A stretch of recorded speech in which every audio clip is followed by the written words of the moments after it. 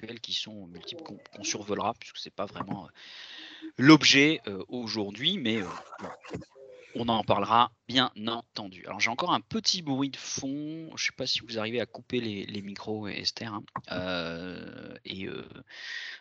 pour que ça soit bon. Donc le programme, hein, on va voir différents points. J'ai coupé ça en principes généraux, je l'ai appelé comme ça. Ça va être les éléments structurels et j'en profiterai pour revenir avec certaines notions qui ne sont pas forcément bien maîtrisées, dont on parle beaucoup. Ensuite, on verra les modifications concernant j'ai appelé ça la gestion courante, c'est-à-dire certaines modifications concernant les congés, les questions des reprises d'ancienneté. Puis la question des modifications concernant la protection sociale, avec à la fois les différents types de congés maladie dont peuvent bénéficier les contractuels, et puis aussi une problématique pratique qui se pose pour moi concernant le temps partiel pour motif thérapeutique que je souhaite partager avec vous. Et enfin, les éléments concernant la discipline, puisqu'on a pas mal de modifications concernant la discipline, avec un petit point sur ce que j'appelle le refus de renouvellement à caractère disciplinaire, et ça nous donnera l'occasion de voyager dans le temps et d'aller en 1905 avec l'article 65 de la loi du 22 avril 1905 qui est repris en grande partie par le Code général de la fonction publique et qui est très intéressant en matière de décision prise en considération de la personne. J'espère qu'on aura un moment enrichissant ensemble sur la question. Bien entendu, le document que je projette, et j'espère que vous voyez tous bien, sera un document que, en format PDF, je communiquerai à l'ANFH et je pense que l'ANFH ne verra pas d'objection à vous le communiquer pour que vous puissiez revoir les éléments qui sont dedans. Et comme le disait Madame Esther, Madame Guillaume, eh bien on enregistre et donc du coup on aura un petit replay de nos échanges. Alors, on va commencer donc par les modifications que j'ai appelées principes généraux récentes.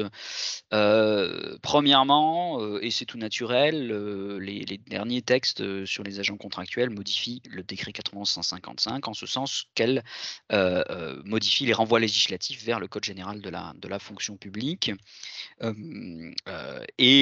C'est CGFP d'ailleurs, Code général de la fonction publique.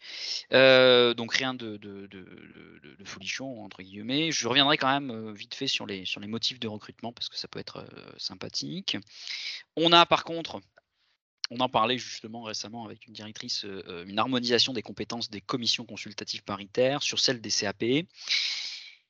On est en pleine période électorale, nous allons avoir le 8 décembre ou un peu avant, et en fonction que vous soyez en électronique ou en papier, les élections professionnelles. Et donc les agents contractuels de droit public vont donc pouvoir voter pour les commissions consultatives paritaires.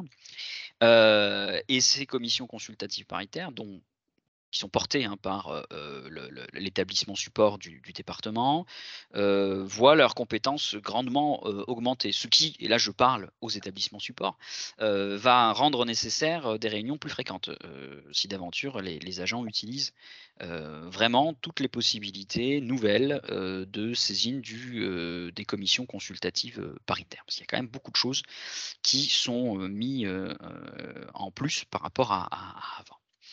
Et enfin, le décret rend directement applicable aux contractuels les garanties prévues en matière par le Code général de la fonction publique en matière de discrimination.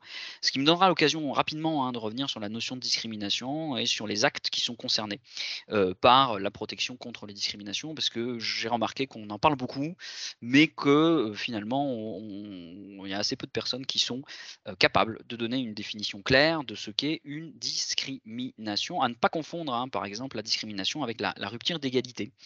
Rupture d'égalité dont on parlera quand on parlera de la rémunération des agents contractuels de droit public au regard de celle des fonctionnaires. Alors, un petit point rapidement sur les principaux cas de recours aux agents contractuels de droit public. Alors bien entendu, il y en a un peu plus que ceux que je vais mettre là. Je n'ai pas remis les cas de recours liés à la nomination sur des postes de directeur. Je n'ai pas rappelé aussi le feu l'article 7 bis, c'est-à-dire tout ce qui va être la gestion des contrats de projet. Puisque c'est un cas de recours aux agents contractuels de droit public, aussi. On a aussi, hein, les agents contractuels, qui sont, contractuels le temps de leur, accès à l'emploi titulaire, au titre du bénéficiaire de l'obligation d'emploi. Je pense que vous le savez, ce sont les agents contractuels qui sont, recrutés, pendant une période équivalente à la période de stage, parce qu'ils sont bénéficiaires de l'obligation d'emploi, et qui ont pour vocation d'être titularisés à l'issue de la période de contrat équivalente à celle de la période de stage. Les autres cas de recours sont premièrement la nécessité de service. La nécessité de service avec la notion de deux cas, hein, l'absence de corps de fonctionnaire et les compétences techniques ou nouvelles. Alors, Heu, j'ai fureté, comme je le fais souvent sur Légifrance pour voir un petit peu s'il y avait des jurisprudences intéressantes, sur différentes thématiques et notamment les contractuels et je suis tombé sur une JP intéressante. Bon, l'agent était débouté, hein, mais sur une jurisprudence intéressante d'un agent qui a, contesté le recours, d'un agent contractuel dans un établissement. Qui disait que, le recrutement de l'agent contractuel était illégal parce que, il y avait un corps de fonctionnaires et qu'il n'y avait pas de justification de compétences techniques particulières ou nouvelles qui permettaient le recours à un agent contractuel en droit public. Je vous rappelle quand même que, pour les établissements relevant de l'article L5 du code des pensions civiles et du code général de la fonction publique, pardon, on a l'article L311-1 du code, de ce code qui nous dit: «Emploi civil permanent égale fonctionnaire». Et que du coup, le recours à un agent contractuel de droit public doit être soit une dérogation, soit une exception. Ici, on est dans les dérogations. Ce qui fait que, dans le cadre, des, éléments de mobilité, normalement, il faut que je puisse, juridiquement justifier que le recours à un agent contractuel de droit public est nécessaire. Et on a tout à fait la possibilité d'avoir des agents qui auraient postulé et qui, titulaires, hein, qui auraient postulé et qui n'auraient pas été retenus. Pour ces agents-là, d'éventuellement demander l'annulation du recrutement de l'agent, contractuel au motif que, bah, il n'y avait pas de justification suffisante d'avoir recours à un agent contractuel. Alors, je suis pas né de la dernière pluie, hein, ça fait 17 ans que je grenouille chez les employeurs publics et on est bien d'accord que le contrat est parfois, tiens, je vais rester sur parfois, est parfois utilisé comme un outil de pré-titularisation, de accès à l'emploi titulaire et je suis tout à fait au courant, on en a parlé d'ailleurs récemment, que, on a, un nouveau rapport à l'emploi qui fait que, bon, le recours, enfin la titularisation n'est plus nécessairement une fin en soi. Au demeurant, le droit est toujours là. Emploi civil permanent égale fonctionnaire et je ne recrute des agents contractuels de droit public, qu'à partir du moment où quelque part j'ai une carence dans, le recours à un agent titulaire. Donc soit j'ai une absence de corps de fonctionnaire, par exemple, j'ai, besoin, d'un, informaticien de haut niveau, je vais pouvoir taper, sur l'absence de corps fonctionnaire, voire sur des compétences techniques ou des compétences nouvelles, reprises par l'établissement. Donc, on a les 2 bases, législatives, 332-15-1 et 332-15-2 sur ces, motifs-là. Sur le besoin permanent, on a aussi, le motif de recrutement des besoins permanents à temps non complet inférieur à 50. Alors là-dessus, j'espère que c'est clair pour tout le monde, hein. La différence entre un temps non complet et un temps partiel, hein, c'est que le temps non complet, c'est que le besoin j'ai pas besoin de quelqu'un 35 heures par semaine, et le temps partiel, c'est un agent recruté à temps complet et qu'il va, sur sa demande, à partir du moment où il a au moins 1 an d'ancienneté, ça il y a pas de changement, demander à exercer ses fonctions à temps partiel, soit pour convenance personnelle, soit, de droit. Alors vous allez me dire: «Mais qu'est-ce qu'on fait lorsque j'ai un besoin qui est entre 50 et et 100 et ben, c'est justement, la loi de transformation, qui, a, enfin mis en marche. Je dis bien enfin mis en marche parce que c'était déjà prévu par le statut depuis, que, les lois statutaires des années 80, donc la loi de 86, feu la loi de 86 existait. Il y avait la possibilité d'avoir des fonctionnaires, hospitaliers à temps incomplet. Mais on n'avait pas le décret et le décret est enfin sorti, hein, et donc du coup, il liste les corps, hein, de fonctionnaires, sage-femme, kiné, enfin on a plusieurs, corps qui sont concernés qui permettent d'avoir accès à l'emploi titulaire à temps, incomplet. Donc, sur ces différents types de recrutement, en matière de durée de contrat, on peut directement donner un CDI ou alors si je donne un CDD, c'est, 3 ans maximum, renouvelable au bout de 6 ans sur un emploi chez le même employeur, dans la même catégorie hiérarchique, à partir du moment où la personne est employée de manière continue ou de manière discontinue, à partir du moment où il n'y a pas d'interruption supérieure à 4 mois entre 2 périodes d'emploi, il se retrouve à avoir le droit à un contrat à durée, indéterminée et l'employeur doit lui donner ce contrat. Je vais en reparler vite fait, derrière. Ensuite, on va avoir les besoins qui sont des besoins dits, temporaires, donc qui ne donnent pas de possibilité d'avoir de CDI, mais qui sont pardon, limités dans le temps. Donc on va avoir l'accroissement saisonnier d'activité, 6 mois sur 12. Alors c'est important de bien identifier ce motif-là si vous ne voulez pas payer l'indemnité de fin de contrat. Hein, puisque l'indemnité de fin de contrat, on la paye à tout le monde sauf au contrat de projet et à l'accroissement, saisonnier, d'activité puisque c'est un contrat qui par nature est un contrat, temporaire. On a ensuite l'accroissement, temporaire d'activité, alors qui lui ouvre droit à l'indemnité de fin de contrat, 12 mois sur 18 maximum. Un besoin temporaire pour faire face à une vacance de, poste, donc c'est quand j'ai un agent qui n'est plus là. Et enfin, j'ai, les motifs de remplacement. Donc j'ai un besoin temporaire lié à l'absence d'un agent, et donc avec un contrat à durée déterminée nécessairement en fonction de l'absence de l'agent remplacé. Alors, heu, là-dedans, sur les motifs de recrutement, on a de plus en plus de contentieux, hein, sachant que le contentieux en matière de gestion des agents contractuels, il se situe essentiellement, autour de la fin de contrat. Hein, on a tout un contentieux sur le refus de renouvellement de contrat, on a, tout un contentieux, sur l'octroi de le refus de renouvellement de contrat pour éviter un CDI et compagnie.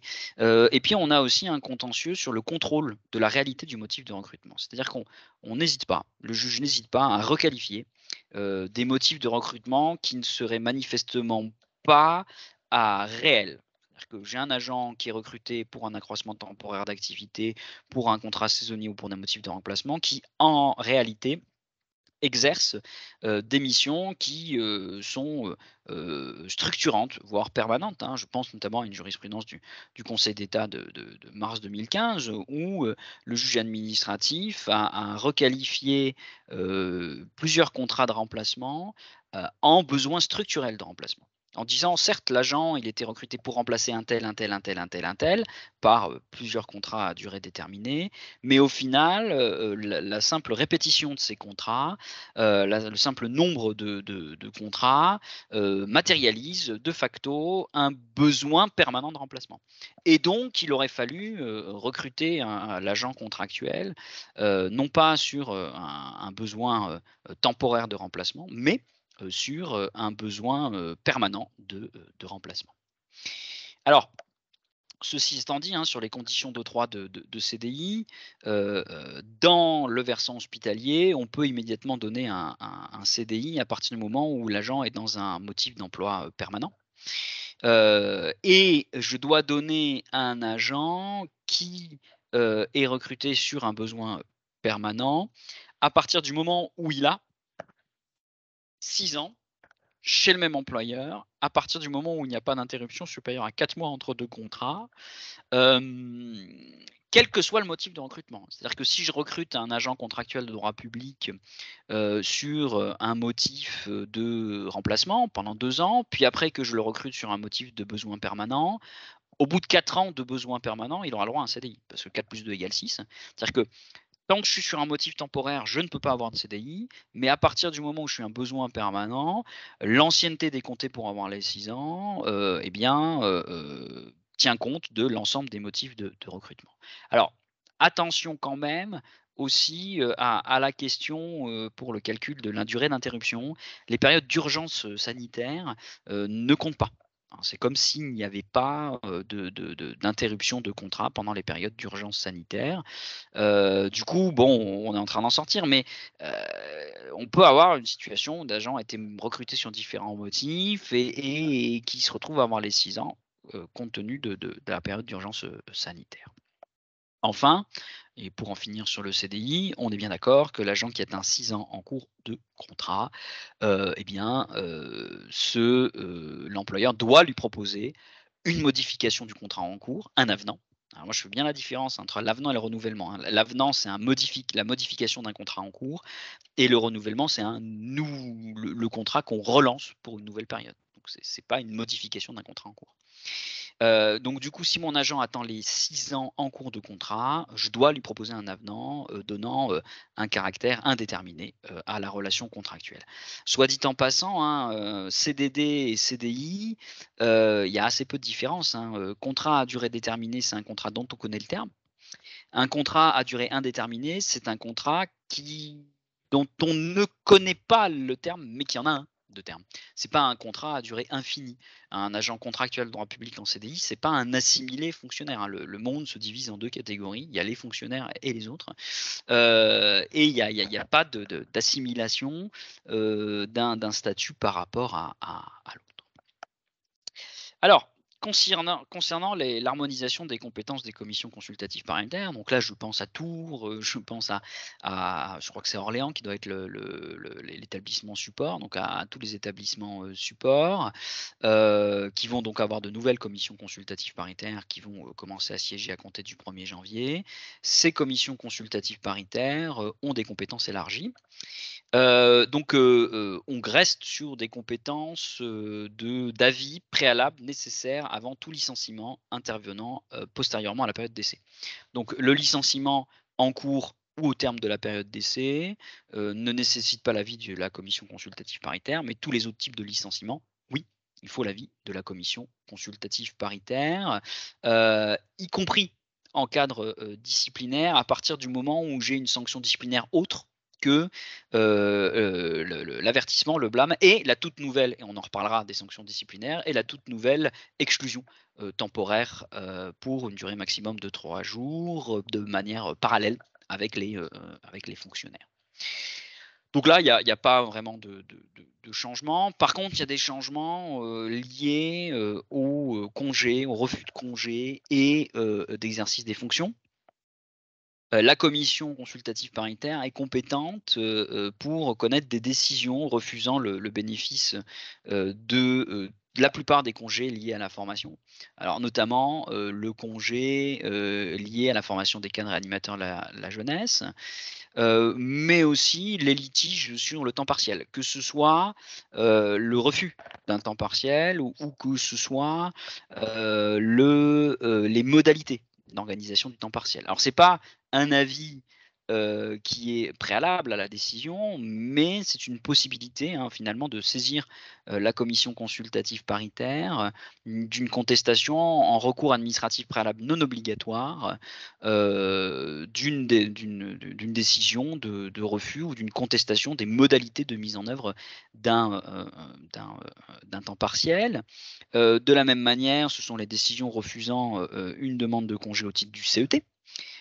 Et les décisions qui sont liées à l'octroi et le renouvellement des périodes de télétravail. Encore une fois, j'ai un agent qui demande un télétravail, l'employeur a dit non, et l'agent peut contester cette décision en recours administratif préalable non obligatoire devant la commission consultative paritaire, qui est une commission qui ne fait que toujours donner un avis, l'employeur restant libre de prendre sa décision. Alors, recours administratif préalable non obligatoire, qu'est-ce que ça veut dire? Ça veut dire tout simplement que l'agent n'est pas obligé de passer d'abord par cette étape avant d'aller devant le juge administratif. Il a tout à fait la possibilité d'aller directement devant le juge administratif pour contester la décision de refus. Et enfin, décision, tout ce qui est lié à la révision du compte-rendu de l'entretien professionnel. Les agents contractuels de droit public doivent avoir un entretien professionnel. L'agent peut contester le contenu de l'entretien professionnel et en cas de refus de révision du compte rendu, eh bien, il peut saisir la commission consultative paritaire de ce refus pour demander un recours administratif préalable non obligatoire pour, bah, avant d'aller devant le juge ou parallèlement à d'autres démarches. Autre compétence, tout ce qui est lié aux droits syndicaux. Donc le renouvellement de contrat des agents investis d'un mandat syndical doit être précédé de l'avis de la commission consultative paritaire. Ça n'a rien pas changé. Par contre, ce qui change, c'est la contestation possible des décisions refusant le bénéfice du congé pour formation syndicale des membres de la CCP, hein, du coup, ou des membres du CSE contractuel, pour le coup. Et puis, tout ce qui est plus largement la formation. Donc décision refusant une demande de mobilisation du CPF, décision, d'une demande d'action de formation, et aussi, tout ce qui est, a pour objet de dispenser à un agent de l'obligation d'engagement de servir. Et puis, les décisions refusant les autorisations d'absence pour suivre une préparation à concours. Donc, possibilité accrue des cas de saisine de la commission consultative paritaire dans le cadre des recours administratifs préalables non obligatoires. Alors, une petite question indirecte, le télétravail doit être formalisé par une décision? Oui, oui. Alors ça aussi, de manière générale, pour le coup, je profite là-dessus pour rebondir. Enfin, c'est moins fréquent maintenant, mais pendant des années, on me disait toujours, voilà, pour les fonctionnaires, on prend des décisions, les contractuels, non. C'est faux. C'est faux. Les contractuels est géré par décision. Donc, pour le temps partiel, pour le congé de grave maladie, pour le télétravail, pour tout ça, ce sont des décisions que l'employeur doit prendre. J'ai un agent contractuel de droit public recruté à temps complet, qui a au moins un an d'ancienneté, qui fait une demande de temps partiel, je prends une décision d'octroi de temps partiel. J'ai un agent qui a un qui fait une demande de congé parental, qui a au moins un an d'ancienneté, je fais une décision d'octroi de congé parental pour des périodes de 2 à 6 mois. On va voir que la durée a changé. Et cette décision, bah, elle peut être un refus, hein. Et donc du coup, si j'ai un refus, bah, nonobstant le fait qu'il faut que je respecte les éventuelles procédures de refus, hein, par exemple, un refus de temps partiel pour convenance personnelle pour un agent qui a au moins d'un d'ancienneté doit être précédé dans l'entretien. Et puis il faudrait que je mette les VDR, les voies et délais de recours, pour que, je puisse limiter le délai de recours, dans le délai de recours, de 2 mois, devant le tribunal administratif compétent ou via télérecours citoyen. Hein. Certains d'entre vous qui m'ont déjà, subi savent que, je répète ça assez souvent, les voies de délai de recours, c'est quand même très important pour anticiper, et limiter le risque, d'annulation, des, des décisions, à 2 mois. Donc oui, il faut formaliser une décision de télétravail sur le principe, mais aussi sur le nombre de jours et autres, hein. Et puis bien entendu, j'imagine Virginie, comme tout le monde, vous avez un accord sur le télétravail ou du moins vous avez commencé à réfléchir à un accord sur le télétravail, puisque, c'est, un accord cadre engageant qui, vous oblige à se poser ce genre de questions. Alors, sur les principes généraux, la question de la discrimination.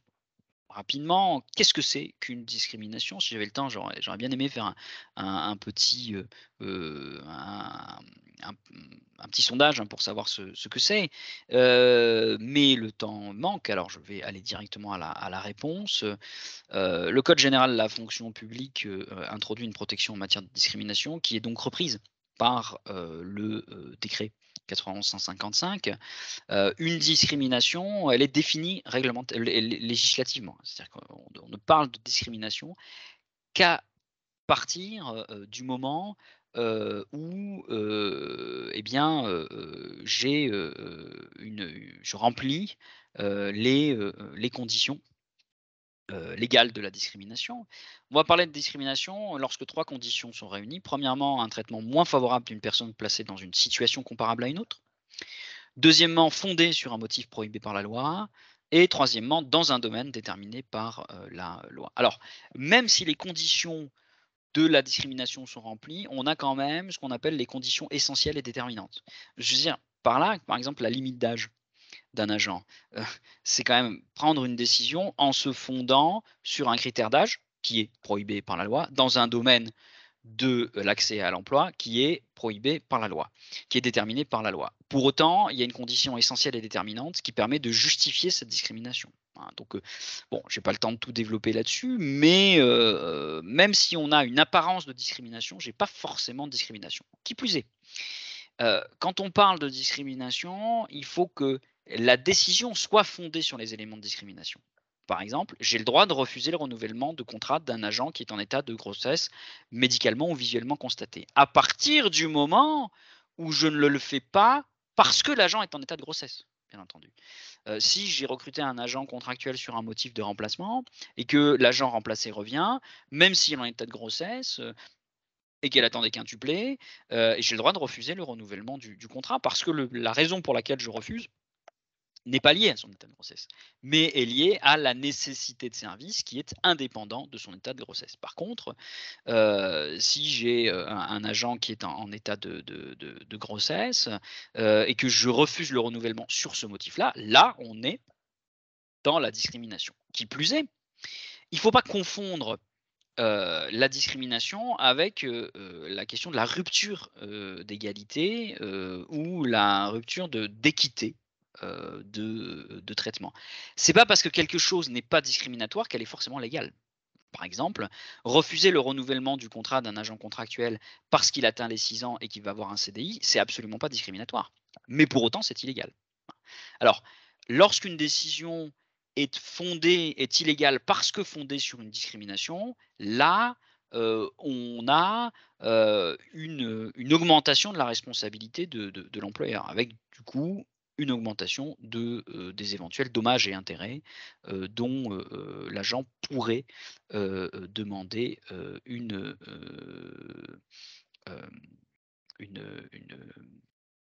une réparation. Alors quels sont les motifs prohibés par la loi? 1 motif, c'est, tout ce qui va être, caractère personnel et intangible. Qu'est-ce que c'est qu'un caractère personnel et intangible? Ça va être l'orientation réelle ou supposée, le sexe, l'orientation sexuelle, l'identité de genre, le handicap, l'âge, l'apparence physique, les caractéristiques génétiques. Donc tout ça, entre guillemets, c'est, lié à ce qu'on est, hein, et pas au choix qu'on fait. C'est pour ça qu'on appelle ça caractéristique intangible. Liberté individuelle et collective.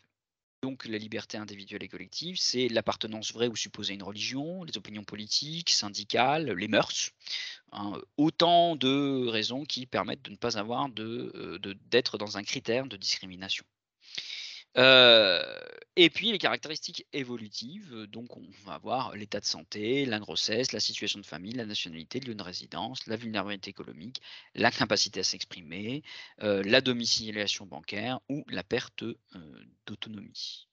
Donc tout ça, hein, je les ai regroupés, par thématique et je simplifie un petit peu, hein, mais c'est ça qu'on parle de discrimination, qu'il faut un critère dans un domaine déterminé par la loi et c'est justement là que le décret vient préciser quels sont les, domaines, liés à la, discrimination, qui sont applicables aux agents contractuels. Donc on a le reclassement pour inaptitude physique ou pour suppression d'emploi, bien entendu la discipline, la mobilité, tout ce qui est avancement et promotion. Si d'aventure j'ai des systèmes d'avancement et de promotion, mais à l'hospitalière, ça, c'est quelque chose qui est pas forcément très légal, j'aurai peut-être l'occasion d'en reparler.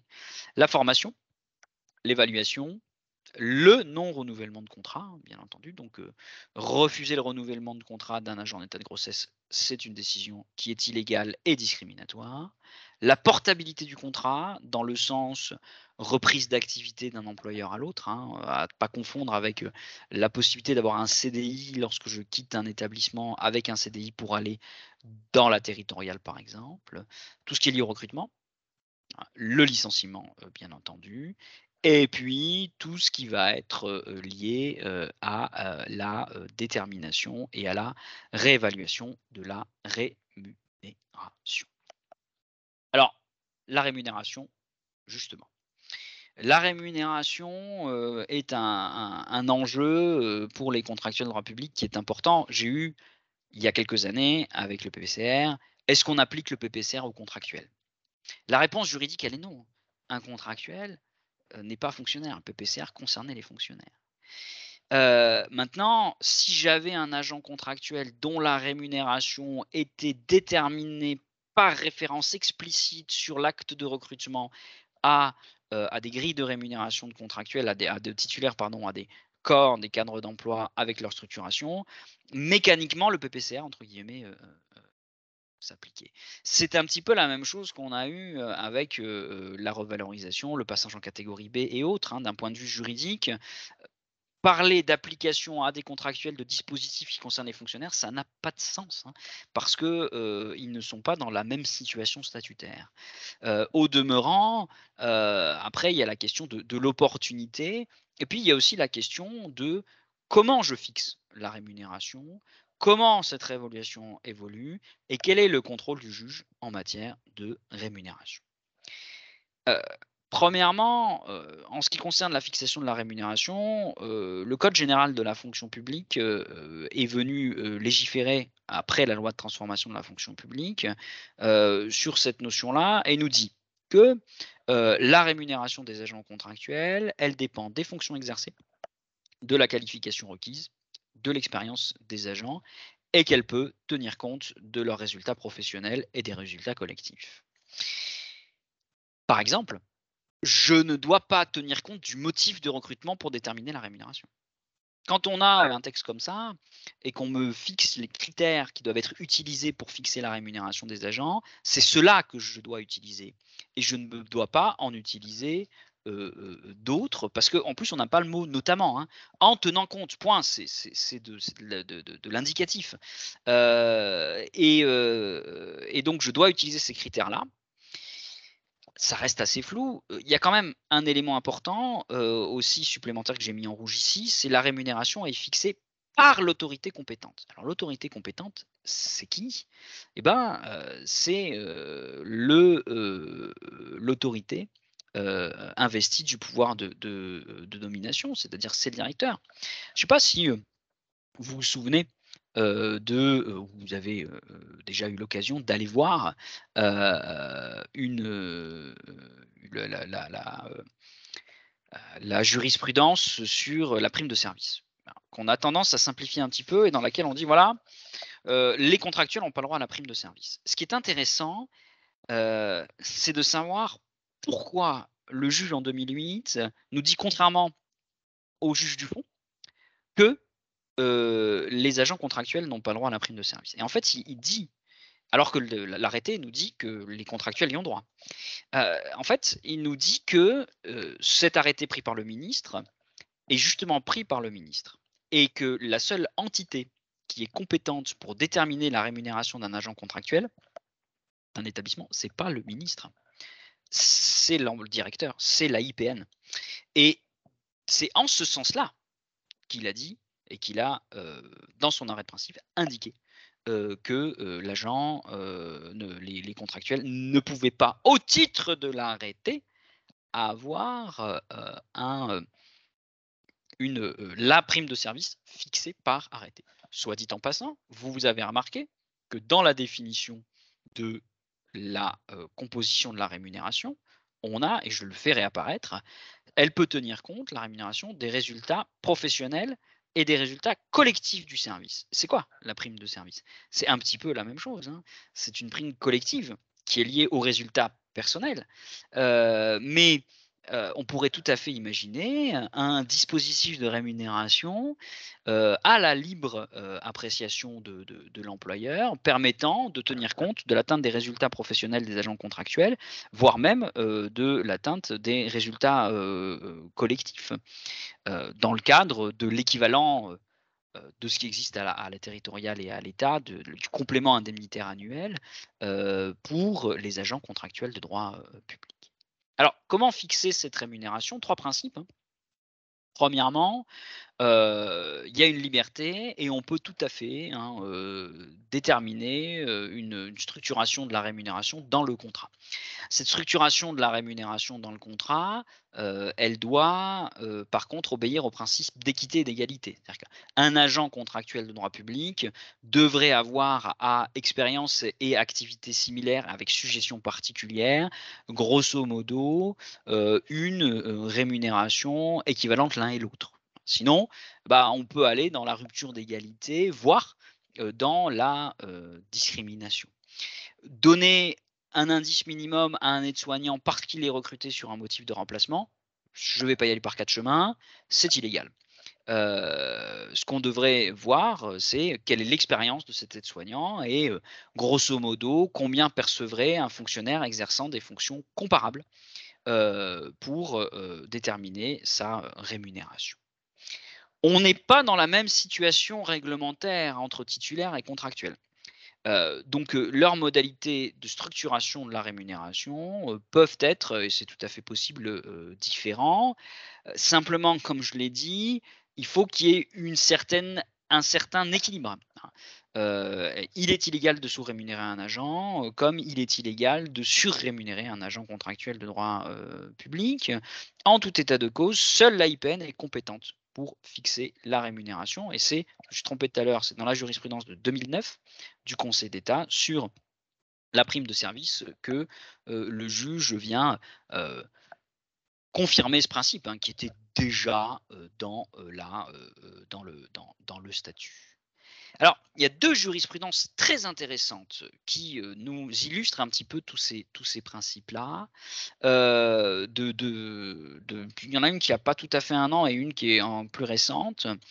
Premièrement, c'est la jurisprudence sur la NBI. Ce sont des organisations syndicales qui ont fait un recours en demandant une modification de la loi de 91 sur la nouvelle bonification indiciaire, en disant qu'il y avait rupture d'égalité entre les titulaires et les contractuels, sachant que le texte ne permet de bénéficier de la NBI qu'aux titulaires. Et le juge dit non, non, il n'y a pas de rupture d'égalité, mais pourquoi? Et il n'y a pas de rupture d'égalité, d'abord parce que les fonctionnaires et les contractuels sont dans des positions statutaires différentes, donc on n'est pas dans une situation comparable. Et surtout, c'est ça qui est intéressant, c'est qu'il nous dit la NBI, c'est la détermination réglementaire par les ministres des cas où les sujétions liées aux fonctions nécessitent une rémunération particulière. C'est ça, hein, l'objet d'une NBI. Et ces mêmes suggestions-là ont vocation à être prises en compte dans le cadre de la rémunération fixée contractuellement. C'est-à-dire que si on me pose la question, les agents contractuels ont-ils le droit à la NBI prévue par le décret 94? La réponse, elle est non. Par contre, est-ce que je dois tenir compte de l'existence d'une nouvelle bonification indiciaire pour déterminer des agents contractuels recrutés pour exercer des missions correspondant au cas de versement de la NBI dans le cadre des décrets? La réponse est oui. Donc, ils n'y ont pas droit au titre du décret, mais on devrait en tenir compte dans la détermination de leur rémunération. Et on pourrait même créer un régime indemnitaire pour les contractuels permettant d'avoir l'équivalent de ce que percevraient les fonctionnaires dans le cadre de la nouvelle bonification indiciaire. Deuxième jurisprudence intéressante sur cette question-là, c'est que les fonctionnaires sont dans des situations différentes, que la détermination des éléments de leur rémunération doivent tenir compte donc des suggestions particulières de leur expérience et que ça doit être pris en compte dans la rémunération fixée contractuellement. Là, on est encore une fois sur un juge qui nous dit oui, les modalités de détermination de la rémunération des agents contractuels. Ici, c'était le cas d'un décret qui réservait le versement d'une prime aux fonctionnaires, un nouveau décret qui concerne les fonctionnaires de l'État. Ouais, ok, mais pour autant, il rappelle que c'est au niveau de la fixation de la rémunération, qui peut être sous forme indice plus prime ou qui peut être sous forme globale forfaitaire, peu importe, qu'on devrait tenir compte de ce que percevrait globalement un fonctionnaire exerçant des fonctions similaires. Alors, un petit bémol quand même auquel il faut faire attention, c'est que beaucoup d'employeurs ont une politique de titularisation des agents contractuels qui a fait en grande partie long feu, puisqu'il y a plein de contractuels qui ne veulent plus être titularisés. Mais imaginons que j'ai un infirmier et que je fixe sa rémunération et que je fixe une rémunération globale forfaitaire qui tient compte de ce que percevrait indiciairement un agent titulaire, de ce que percevrait via son poste, via la NBI, de tous ces éléments-là, et que je fais un montant forfaitaire. Quand il va être titularisé, il a un droit à un maintien de son niveau de rémunération. Et donc, du coup, on va considérer que c'est sa rémunération forfaitaire qui sera utilisée. Donc, mon agent, il va avoir de facto un gain. Ce qui peut être intéressant, justement, c'est d'avoir une rémunération de base, plus un système de rémunération de prime en fonction des conditions d'exercice des fonctions de l'agent. Alors, ça s'est fixé. Comment évolue la rémunération? La rémunération, elle évolue, elle est réévaluée au moins tous les 3 ans. Alors, réévaluation ne signifie pas augmentation. Ça, c'est pas moi qui le dis, c'est le Conseil d'État dans son avis sur la modification et le remplacement du mot réexamen par réévaluation, et nous dit la réévaluation ne préjuge en rien, n'entraîne aucune automaticité de l'évolution de la rémunération et ne préjuge en rien même du sens de cette réévaluation. Donc à la limite, ce qui nous dit implicitement, c'est qu'on pourrait baisser la rémunération de l'agent contractuel. Bon, à vos risques et périls, si vous voulez faire ça. Qui est concerné par cette réévaluation au moins tous les 3 ans? Les agents en CDI et les agents qui sont en CDD sur un emploi permanent, employés de manière continue auprès du même employeur. Notamment au vu, et là encore, on a les critères des résultats de l'entretien et de l'évolution des fonctions. Alors, quand on parle de tous les 3 ans, se pose la question de l'ancienneté, et cette question de l'ancienneté, elle est justement en grande partie modifiée. Récemment, on va le voir. En tout état de cause, c'est vous qui décidez, mais sous le contrôle du juge. Alors, il fait un contrôle restreint, mais ce contrôle restreint, il concerne à la fois le montant de la REM et son évolution. J'ai dernièrement accompagné un employeur public et on a perdu un contentieux parce que le refus de réévaluation n'était pas justifié dans la mesure où l'agent avait d'excellentes évaluations et d'autre part, il avait de nouvelles fonctions qui étaient étendues par rapport à ses fonctions initiales. Donc du coup, l'employeur était dans l'obligation d'augmenter. Alors le juge ne disait pas de combien, mais il était dans l'obligation de faire une augmentation de la rémunération de l'agent contractuel. Donc il y a un contrôle du juge restreint, mais il est là. Alors la rémunération, pour répondre à une question, ne doit pas nécessairement faire référence à un indice et peut être forfaitaire. Peu importe, on a une liberté là-dessus. Alors, il y a quand même des effets induits. Par exemple, pour avoir le droit au SFT, normalement, il faudrait que j'ai une rémunération qui évolue en fonction de celle des fonctionnaires. Donc, si je fais juste une rémunération forfaitaire, point, sans dire qu'elle évolue en fonction de celle des fonctionnaires, en théorie, mon agent n'a pas le droit au SFT. Après, pour avoir le droit à l'indemnité de résidence, il faut que la rémunération soit indiciaire. Donc, si je donne une rémunération forfaitaire à un agent contractuel, il n'est pas indiciaire et donc il n'a pas le droit à l'indemnité de résidence.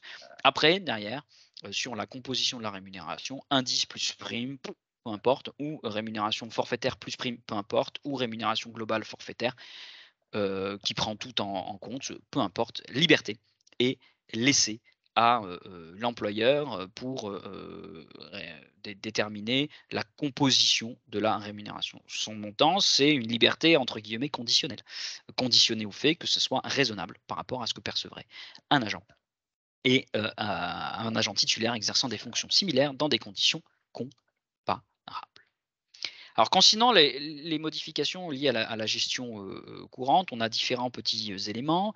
Premièrement, on a des précisions concernant la période d'essai. Des précisions qui ne font que reprendre hein, la réglementation, mais du coup, ça va me permettre de revenir vite fait hein, sur la période d'essai. Deuxièmement, le rallongement de la période de protection contre le licenciement. Troisièmement, la modification concernant les congés liés aux enfants. Et enfin, l'extension des cas de versement de l'AMT compensatrice de congés payés.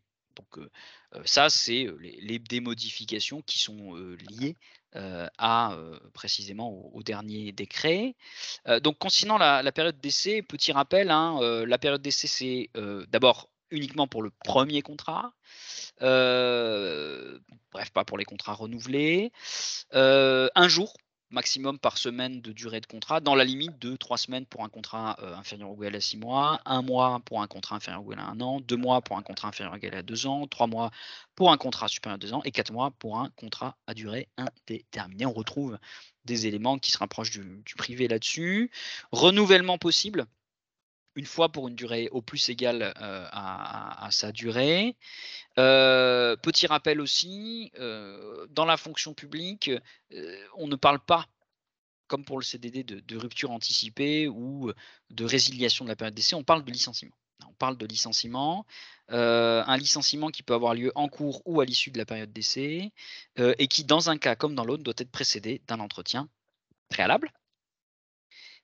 S'il n'y a pas d'entretien et s'il n'y a pas de preuve d'entretien, c'est un motif d'annulation, hein, dans le cadre de la jurisprudence d'Anthony, dans la mesure où l'agent a été privé d'une période d'essai. Le licenciement se fait en cours de la période d'essai, c'est une décision qui doit être motivée, alors qu'au terme, c'est une décision qui n'a pas à être motivée. Alors, la période d'essai et la possibilité de la renouveler doivent expressément être prévues dans le contrat. Et ça, c'est une nouveauté. Si je n'ai pas prévu dans le contrat la possibilité de renouveler la période d'essai, eh bien, je ne pourrai pas renouveler la période d'essai. Voilà, tout simple. Alors, est-ce que l'agent, pour répondre à une des questions, peut demander le renouvellement de la période d'essai? Il n'y a rien qui n'en empêche. Hein. Maintenant, quel est son intérêt? Qu'est-ce que ça fait pour l'agent de renouveler ou pas, de faire sa demande de renouvellement de période d'essai? Très franchement, je vois pas. Par rapport au chômage, c'est pas tellement la question que, de la période d'essai. Par rapport au chômage, c'est la question, d'une personne qui serait, en perte involontaire d'emploi, qui reprendrait une activité avec le chômage, qui reprend une activité professionnelle, en fait, c'est pas le fait que ce soit pendant la période d'essai ou pas, c'est le fait qu'il met fin à cette nouvelle activité, avant 3 mois.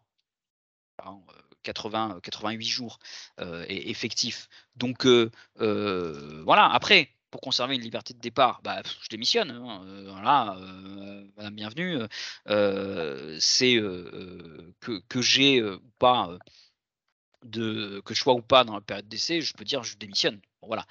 Il y a le préavis, ouais, très franchement. Est-ce que, si un agent ne respecte pas le préavis de démission, qu'est-ce que vous faites? Vous le prenez, vous l'attachez avec un boulet pour qu'il parte pas, ça me paraît un petit peu difficile. Maintenant, si vous avez un agent qui dit: «J'aimerais renouveler ma période d'essai», vous dites: «Bah, fais-moi un écrit et moi je prends une décision» et il ne pourra pas faire de recours, hein. Donc bon, voilà. Maintenant, c'est à vous de voir. Soit vous lui expliquez que: «Bah, écoute,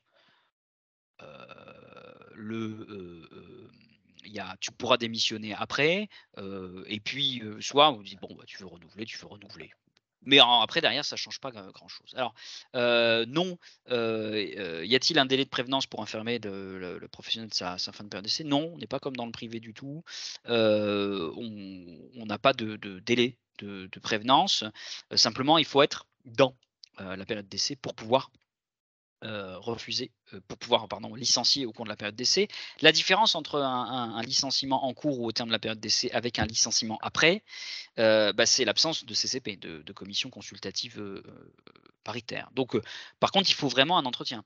Il faut un entretien, il faut convoquer l'agent à un entretien. Du coup, en termes de management, et là je sors du pur droit, ça peut être bien de dire à l'agent, plutôt que l'attraper dans un couloir, et oh, viens dans mon bureau, au fait, fin de la période d'essai, voilà, on fait vite fait l'entretien. Pourquoi? Parce que bon, non, on peut peut-être le prévenir avant. Après, il y a tout ce qui est le management.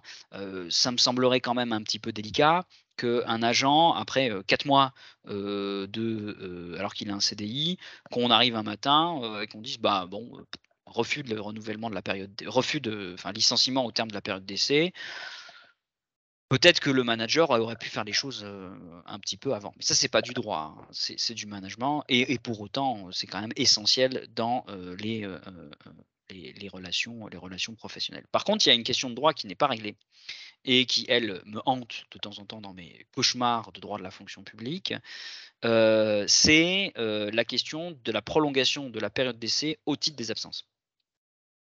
J'ai un agent qui est malade pendant sa période d'essai, j'ai un agent qui pose des congés annuels pendant sa période d'essai, j'ai un agent qui a un accident durant sa période d'essai. Est-ce que ça prolonge la période d'essai? Je ne peux pas vous répondre clairement. Je ne peux pas. On a une réponse à une question parlementaire qui nous dit oui. Maintenant, c'est une réponse à une question parlementaire. C'est vrai que l'objet de la période d'essai, c'est de vérifier la valeur professionnelle de l'agent.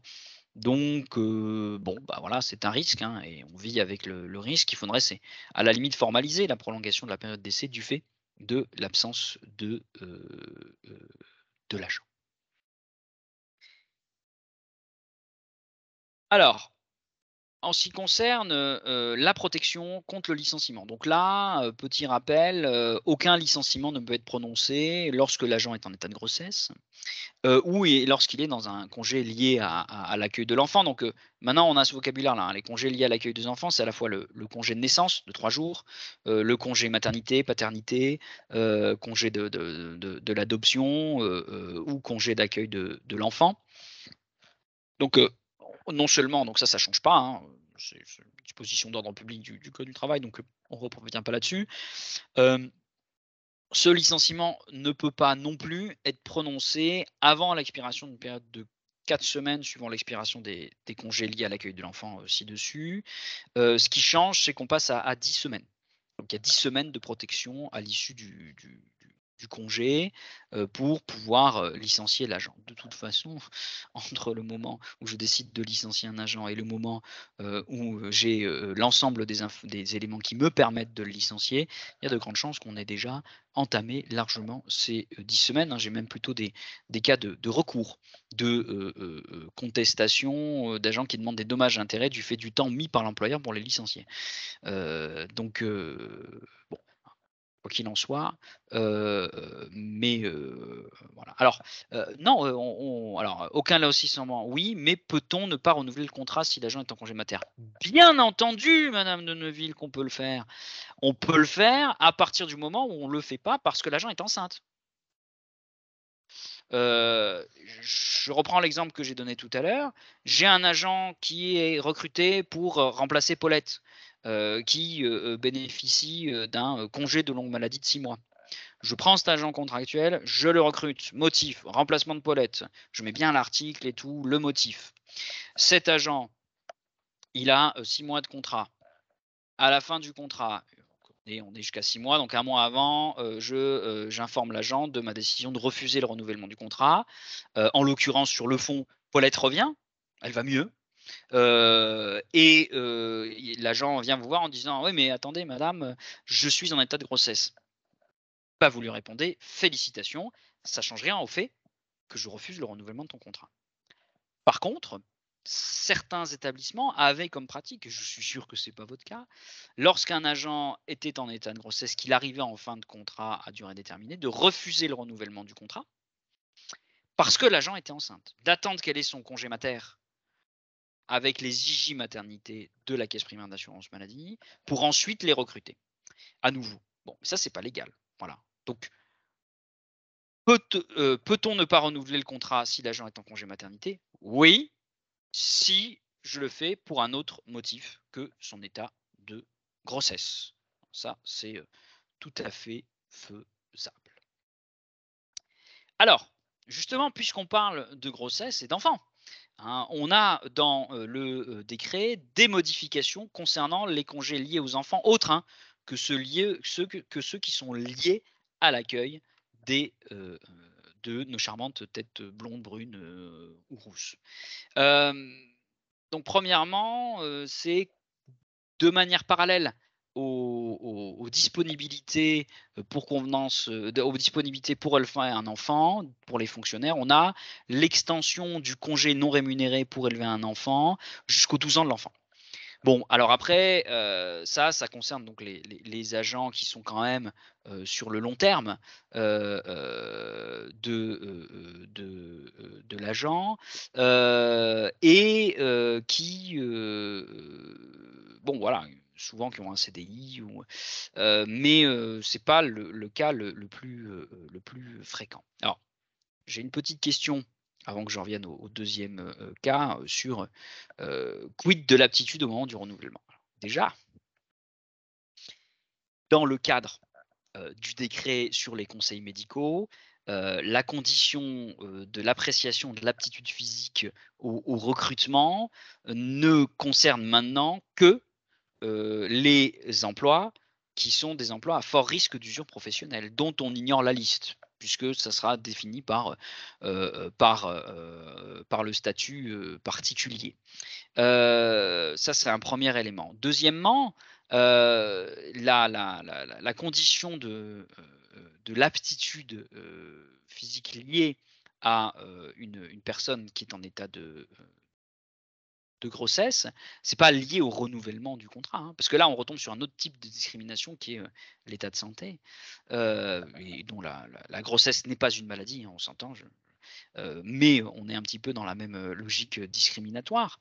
Si mon agent en état de grossesse, a continué à exercer ses fonctions, ça va être quand même assez difficile d'arriver à justifier l'inaptitude, et le fait d'être en état de grossesse n'entraîne pas mécaniquement l'inaptitude, entraîne le fait que j'ai un congé pour, accueillir l'enfant. Donc non, non, non, non, c'est pas, une condition, ça sera considéré comme, discriminatoire de refuser le renouvellement. Non, si le motif est toujours là, eh bien, on ne peut pas refuser sur ce motif-là. On peut refuser sur un autre motif, l'insuffisance professionnelle de l'agent, et j'ai ma dernière petite diapo sur cette, question-là. Mais le truchement de l'inaptitude, entre guillemets «inaptitude physique», ça ne marche pas. Mais même pour un agent en congé maladie, hein. Un agent en congé maladie au terme de son contrat, c'est pas parce qu'il est en congé maladie qu'il est en état d'inaptitude du tout, hein, il est ça n'empêche pas le renouvellement de son contrat, ça sera censuré, annulé, et en plus ça sera un refus de renouvellement à caractère discriminatoire, donc ça, entraînera des, dommages et intérêts majorés. Là, j'ai eu un agent comme ça, je le défends en ce moment, qui, a eu un refus de renouvellement de contrat parce qu'il était en congé de grave maladie. Mmh, sauf que, bah, c'est pas suffisant le simple fait d'être en congé de grave maladie. Il faudrait à la limite demander l'avis d'un médecin agréé qui constaterait une inaptitude pérenne, de, l'agent à exercer ses fonctions. Donc non, désolé, ou tant mieux pour l'agent en état de grossesse. Il faut, renouveler le contrat, sauf encore une fois si j'ai un autre motif de refus de renouvellement. Alors revenons aux différents congés liés aux enfants. Donc il y a le congé, non rémunéré pour, élever un enfant jusqu'aux 12 ans, et puis il y a le congé parental. Il y a 2 changements sur le congé parental. Le premier, comme pour les fonctionnaires, maintenant c'est plus 6 mois, c'est par période de 2 à 6 mois, renouvelable, alors là pour le coup par tacite reconduction, hein, le congé, donc l'agent fait sa demande: «Je veux un congé parental pour une durée de 2 mois». OK, et puis personne ne dit rien, on renouvelle, on renouvelle, on renouvelle jusqu'aux 3 ans de l'enfant pour l'enfant qui est arrivé de manière naturelle, et jusque, au, pendant 1 an pour un enfant qui serait adapté et qui aurait plus de 3 ans. Donc là, il n'y a pas de changement là-dessus. Il y a juste un changement donc sur les 2 à 6 mois. Pas de changement non plus sur la demande de réemploi, au minimum 2 mois, avant. 2e changement, c'est la prise en compte des périodes de congé parental dans le calcul de l'ancienneté, dans la limite de 5 ans, pour tout ce qui est réexamen ou évolution des conditions de rémunération, heu, ouverture des droits à congé, recrutement, détermination, du, recrutement par voie de concours, hein, interne, détermination du classement, lors de la titularisation. Donc, on prend en compte le congé parental dans la limite de 5 ans, pour tout ce qui est, lié à ces droits-là. C'est-à-dire que si j'ai un agent qui est recruté sur, un besoin permanent, il a un CDI. Il est là depuis 1 an et demi. Il a un enfant qui arrive au foyer, il a un congé d'accueil de l'enfant, il a un congé maternité, derrière il a un congé parental d'1 an. Quand il revient, il est malade et il a une pathologie relevant du congé de grave maladie, et ben, il se retrouve à avoir 3 ans. Il se retrouve à avoir 3 ans puisqu'on aura le congé maternité, plus le congé parental, plus, donc tout ça nous amène, jusqu'à 3 ans, et donc la condition d'ancienneté pour avoir le droit au congé de grave maladie, qui est de 3 ans, sera remplie. C'est, un petit peu le pendant, hein, de ce qui a été, introduit par la loi de transformation de la fonction publique pour le congé parental des fonctionnaires, qui, là encore, est pris en compte dans la carrière, dans la limite de 5 ans sur toute la carrière. Alors d'ailleurs, le décret précise les différents types de congés qui, rallonge du coup la liste des différents types de congés qui sont pris en compte dans tout ce qui est lié aux conditions d'ancienneté. Donc pour le réexamen de l'évolution de la rémunération, l'ouverture des droits à congés liés à la formation ou, tous les types de congés, le recrutement, la détermination du classement d'échelon. Donc on va retrouver le congé annuel, le congé maladie rémunéré par l'employeur, les congés pour AT-MP, les congés liés à l'accueil de l'enfant, le congé de grave maladie rémunéré du coup, hein, les congés de formation, le congé de solidarité familiale, les congés, liés à présence parentale, proche aidant, congé pour raison de famille non rémunéré pour une durée de 15 jours, congé sans traitement pour service national et le congé parental donc dans la limite de 5 ans. Du coup, hein, ça nous fait toutes ces, le le comment dire? La durée. Alors là, j'ai une question de l'EHPAD de Salbris, si demande de changement, quel délai de prévenance? De changement de quoi? De changement de quoi? Je comprends pas. Je vous laisse répondre, je reviendrai après, à votre question. Demande de reprise, de congé parental, c'est 2 mois de préavis. Demande de changement, je vois pas, mais vous me dites, hein, ce qu'il en est. Autre changement du décret, c'est, l'extension des cas de versement de l'indemnité compensatrice de congés payés qui, je vous le rappelle, c'est 10 de la REM brute globale perçue par l'agent au cours du contrat. Vous savez qu'on est dans le cadre, qu'en France, on est en Europe, qu'on signe des conventions, qu'on a une directive qui est liée, aux congés payés, qui est la directive 2003/88/CE, et que, cette directive, a été reprise par la Cour de justice, de l'Union européenne qui, a érigé, en principe du droit social européen les congés payés. Et c'est là-dessus qu'on a toute la jurisprudence européenne puis nationale, qui s'est développée, dont là récemment en juin dernier, en juillet dernier avec le Conseil, en juin dernier avec le Conseil d'État, qui s'est développée autour du report des congés annuels du fait de la maladie et du paiement d'une indemnité compensatrice de congés payés lorsque j'ai une incapacité pour l'agent d'avoir pris ses congés, annuels. Donc on a, hein, plusieurs jurisprudences et notamment, celle du 3 mai 2012, qui, nous dit voilà, il faut verser, donc ça a été repris en partie, par le décret, récemment avec une extension, des cas de versement de l'indemnité compensatrice de congés payés aux agents contractuels, donc qui sont licenciés, OK, mais ça a été étendu à la démission et à la fin d'un contrat à durée, déterminée. Donc un agent qui démissionne et qui, a des congés annuels qu'il n'a pas pu prendre, aurait le droit à une indemnité compensatrice de congés payés qui est 10 des jours proratisés, bien sûr, hein, s'il en a pris quelques-uns et qu'il n'y en a que quelques-uns qui restent, bon, ou alors s'il arrive en fin de CDD et qu'il n'a pas pu prendre. Et quand je dis qu'il n'a pas pu prendre, le décret, comme la jurisprudence française d'ailleurs, nous dit bien que c'est les agents qui n'ont pas pu prendre leur congé annuel du fait de l'administration. Ce qui fait que, il faudrait, que l'agent, arrive à prouver à l'acquisition, au fait qu'il a voulu poser et qu'on ne l'a pas laissé poser ses, congés, annuels. Alors, on est sur les congés, mais j'ai une question sur les RTT. Un contractuel en position de suspension a-t-il le droit à ses congés annuels et RTT pendant la durée de, ces suspensions de 4 mois? Oui, d'accord, donc c'est la suspension pour, en préalable au, disciplinaire, hein, c'est pas la suspension vaccinale, hein, pour le coup.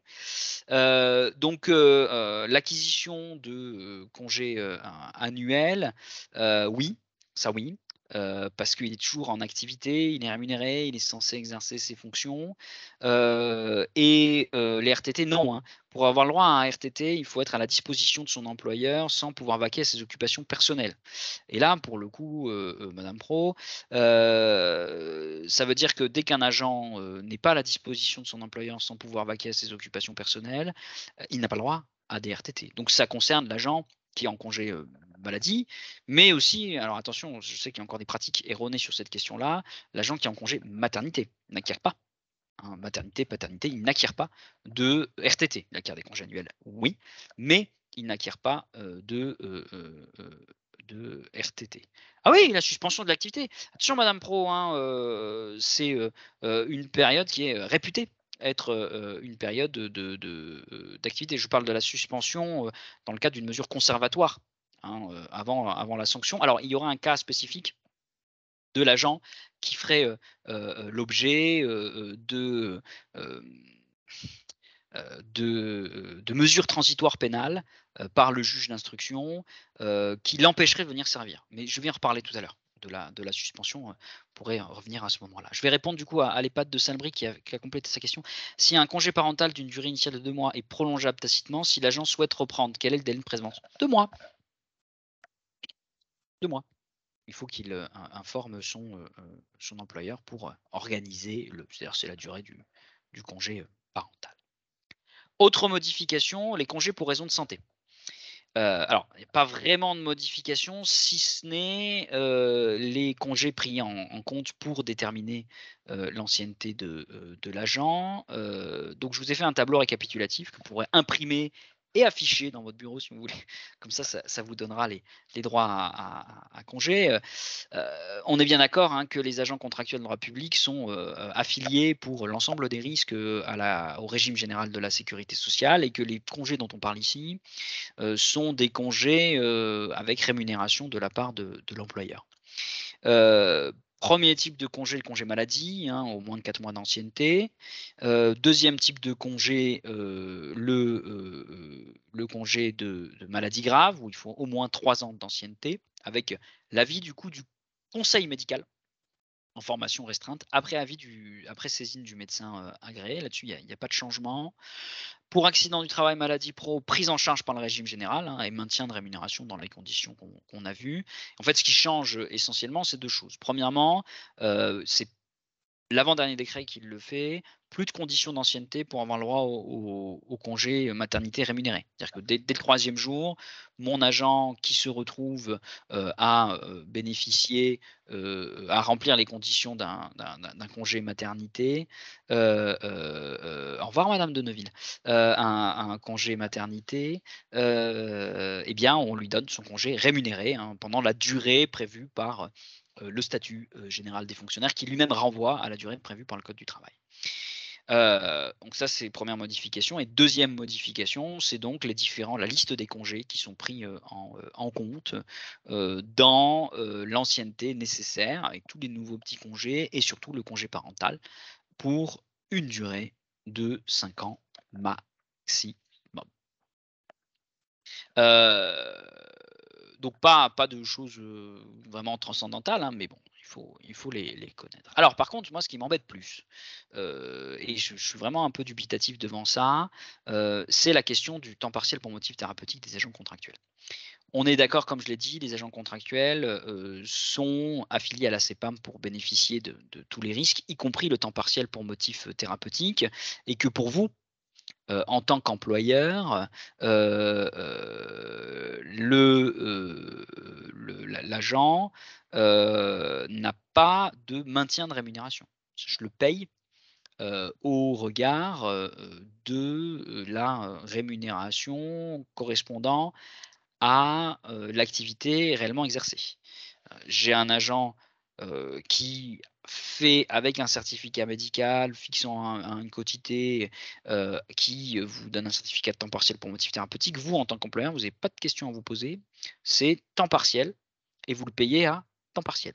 Il est de droit, hein, et ensuite, il faudra chaque mois faire la déclaration à la caisse de ce que vous avez versé à l'agent et de ses rémunérations précédant le temps partiel pour que la caisse puisse calculer des IJ, qui viennent, compléter, ce temps partiel. J'ai bien dit calculer des IJ, parce que le temps partiel pour motif thérapeutique, on va le voir, lorsqu'il est, octroyé, aux assurés du régime général, dont font partie les contractuels, il est conditionné par, eh bien, justement, le fait de remplir les conditions du code de la sécurité sociale, présentation d'un certificat médical, et normalement, il faudra attendre l'accord d'indemnisation de la caisse. Alors, le problème, c'est que la caisse, bah, elle peut mettre des mois, hein, à se prononcer, et que, bah, avant d'avoir l'accord de la caisse, il se peut que, bah, on n'ait pas il n'y ait pas de rémunération pour l'agent, étant donné que vous le payez à temps partiel.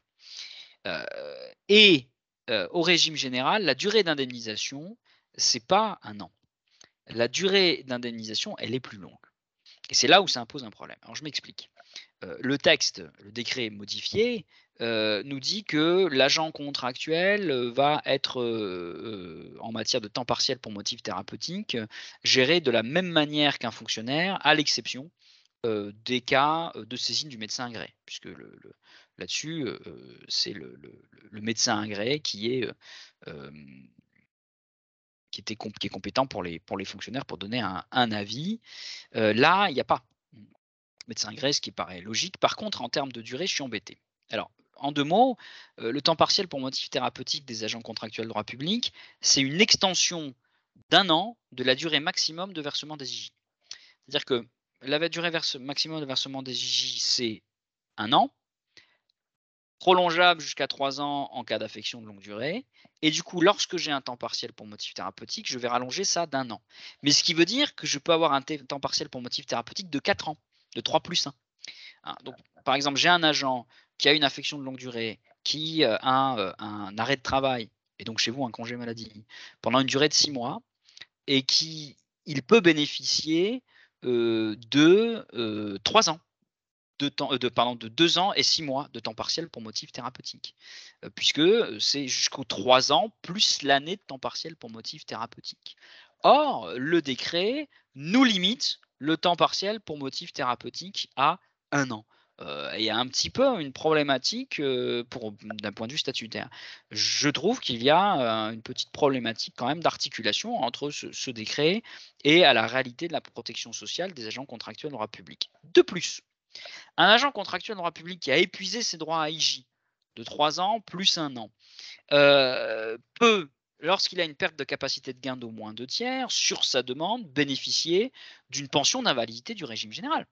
Et cette pension d'invalidité du régime général, fait qu'il devient bénéficiaire de l'obligation d'emploi. Et étant bénéficiaire de l'obligation d'emploi, il se retrouve à avoir un temps partiel de droit au titre de l'obligation d'emploi. Donc, très franchement, je vous invite à être assez souple, hein, sur la question, du temps partiel des agents contractuels de droit public liés à leur état de santé, que ce soit pour le temps partiel pour motif thérapeutique ou que ce soit du temps partiel de droit au titre des bénéficiaires de l'obligation d'emploi, dans le cas, où, ils, auraient, une pension d'invalidité du régime, général, qui n'est pas limitée dans le temps, hein, puisqu'elle est octroyée par période de 6 mois à 5 ans, renouvelable, tant que mon agent est en état d'invalidité temporaire. Les dernières modifications récentes concernant les contractuels, c'est tout ce qui va concerner la discipline. Premièrement, on a, l'introduction de la prescription de 3 ans qui n'existait pas. Deuxièmement, on a la structuration de la, suspension et là, madame Pro, vous pourrez, intervenir si d'aventure il y a besoin de précisions, que je pourrais vous apporter. Troisièmement, il y a une nouvelle sanction, disciplinaire qui est l'exclusion temporaire, hein, comme pour les fonctionnaires de 3 jours. Et enfin, il y a des précisions sur l'inscription du dossier. C'est vrai qu'on avait, pas forcément on n'avait pas de texte sur la question de l'inscription au dossier des sanctions disciplinaires qui pouvaient, être infligées aux agents contractuels. Alors, l'insprescription de 3 ans, c'est comme pour les fonctionnaires. Aucune procédure disciplinaire ne peut être engagée, 3 ans après que l'administration a eu connaissance des faits. A eu connaissance des faits. C'est pas à partir du moment où l'agent a fait, la bêtise. C'est a eu connaissance des faits. Par exemple, là, j'ai un employeur très récemment qui m'a, dit: «Ah ben j'ai découvert que mon agent avait, comme transmis un faux certificat, de, diplôme». Hein, et ça me rappelle une discussion récente, et la personne avec qui je l'ai, se reconnaîtra que je l'ai eu se reconnaîtra. Mais ils se sont rendus compte, alors c'était pas aussi gros que ce dont on a parlé, mais il y avait, une fraude, hein, là-dessus sur le et donc l'employeur me dit: «Mais est-ce qu'il y a prescription?» Je dis: «Non, vous avez connaissance de la fraude à partir de là et c'est à partir de là que vous pouvez infliger une sanction, disciplinaire». Par contre, une fois que j'ai connaissance, j'ai 3 ans et au-delà de 3 ans, je ne peux pas infliger d'autres sanctions, je ne peux pas me baser sur ce comportement pour infliger, une sanction disciplinaire avec une exception, c'est, mmh, une interruption de cette prescription en cas de poursuite pénale, le temps que, la sanction pénale aille à son terme. En ce qui concerne la suspension, donc la suspension, on retrouve une structuration qui se rapproche de celle des fonctionnaires. Donc, on a une suspension d'une durée maximum de 4 mois lorsque l'agent a eu un comportement fautif, grave, qui nécessite qu'il sorte, du service. Donc je peux le suspendre, il est rémunéré.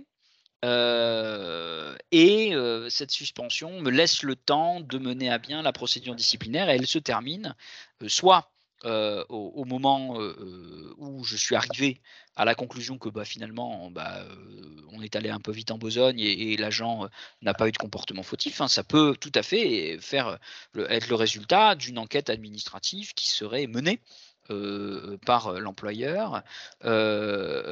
Et donc, il, heu, il, comment dire? On pourrait ne c'est pas parce que je suspends que forcément je vais sanctionner, parce qu'il se peut que durant l'enquête administrative, je découvre que, bah, c'est pas tout à fait ce qu'on avait imaginé ou ce qui ressortait des éléments initiaux. Heu, Au bout de 4 mois aussi, bah, si l'agent n'a pas eu de sanction, il reprend. Je n'ai pas la possibilité de l'empêcher de reprendre, sauf s'il y a, des poursuites pénales. Alors dans ce cas-là, la question va se poser de savoir s'il y a, des, mesures, judiciaires qui sont prises, par les autorités judiciaires. Si ces mesures judiciaires sont compatibles avec la reprise des fonctions de l'agent, l'agent reprend. Même s'il y a des poursuites pénales en cours. Par contre, si les mesures ne sont pas compatibles avec la reprise, je peux maintenir la suspension, et informer, le magistrat, le procureur et la commission consultative paritaire des mesures prises. Alors avec une retenue maximum de la moitié de la REM, là-dessus, il y a quand même, une petite, une petite, spécificité parce qu'on a quand même de la l'AJP qui nous dit que, un agent qui fait l'objet de contrôles judiciaires empêchant d'exercer ses fonctions, bah, quelque part, il ne peut pas, exercer ses fonctions, donc il est en absence de service fait. Donc on peut difficilement, le juge dans certaines JP nous dit: «Bon voilà, pas de rémunération en absence de service fait».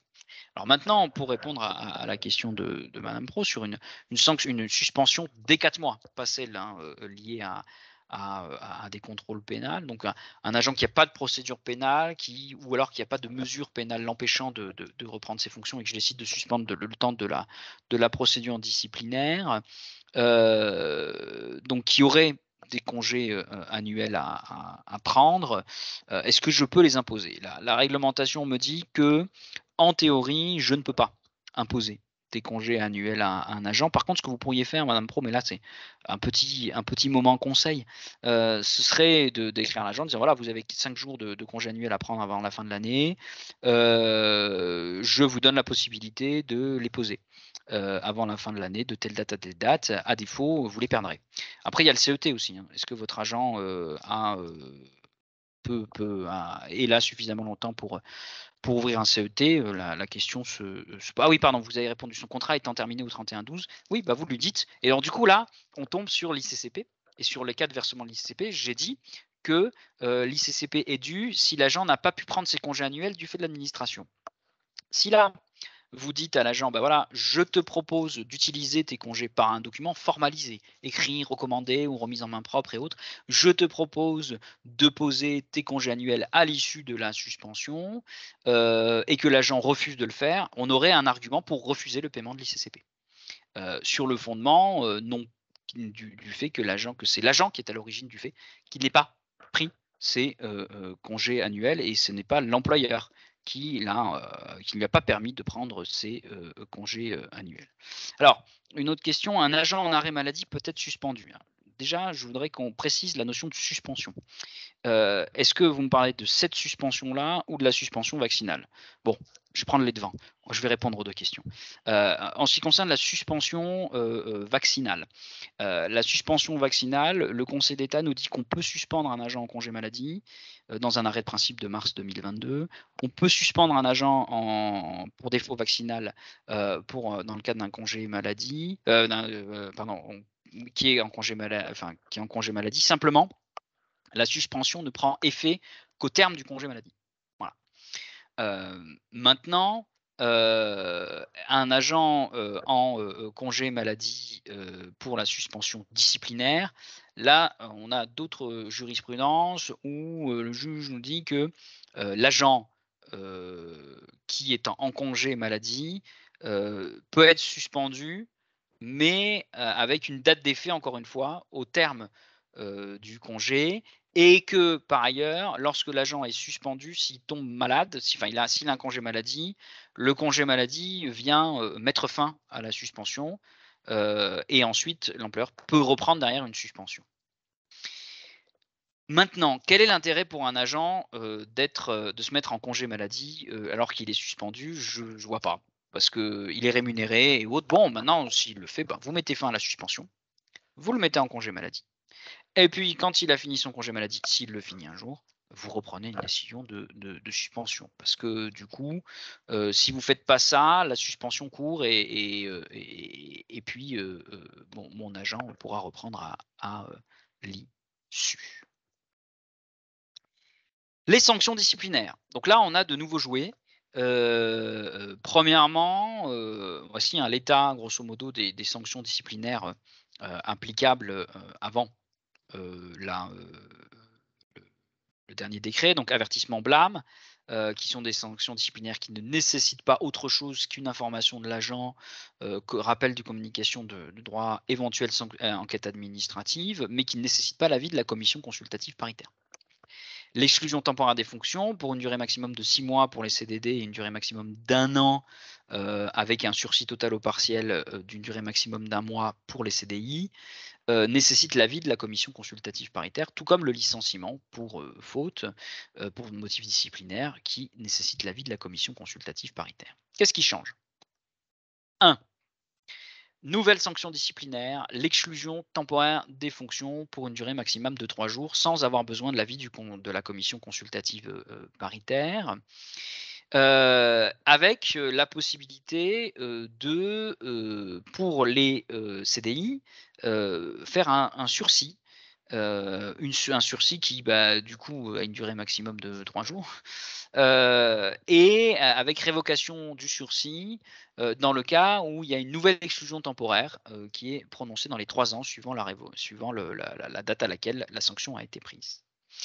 Le fait qu'il y ait une sanction disciplinaire de 3 jours du premier groupe fait que l'exclusion temporaire, pas du premier groupe, une sanction disciplinaire de 3 jours sans avis de CCP fait que l'exclusion temporaire, dans le cadre, où il faut l'avis de la CCP, elle concerne, d'exclusions temporaires qui sont de 4 jours à 6 mois, 1 an et autres. Et là, pour le coup, il y a la possibilité d'avoir un sursis, comme avant. Simplement, le sursis tombe à partir du moment où il y a eu une autre sanction d'exclusion dans les 5 ans, suivant, le la révo la sanction initiale. Du coup, s'il y a, pas de sanction au bout de 5 ans, c'est fini.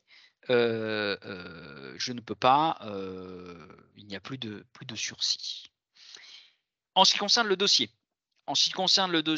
On précise, hein, que, bah, comme pour les fonctionnaires, le blâme et l'exclusion temporaire, sont inscrits au dossier et sont effacés du dossier, au bout de 3 ans, sans sanction. Donc là, c'est, automatique.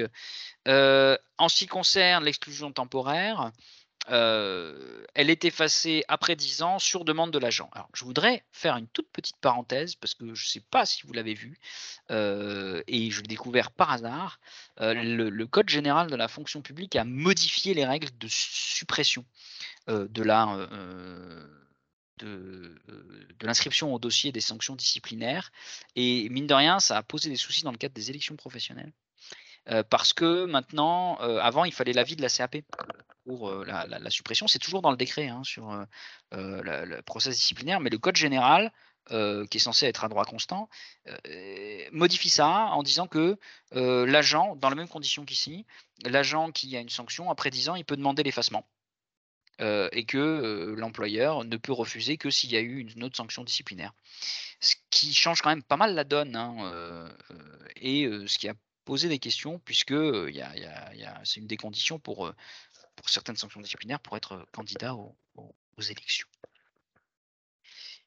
Alors, il y a quand même, un petit point, sur lequel je souhaitais finir, qui était, la question du refus de renouvellement à caractère disciplinaire. Je vous ai dit qu'on allait voyager, et ben oui, on va voyager, parce que l'article 65, de la loi, du 22 avril 1905, repris en partie par le code général de la fonction publique, nous dit quand même que, l'agent, avant toute décision prise en considération de la personne, doit être, mis à même, d'avoir communication de son dossier, et qu'on lui rappelle les droits de la défense, et refuser le renouvellement du contrat pour un motif lié à de l'insuffisance professionnelle ou un comportement fautif, c'est une décision prise en considération de la personne.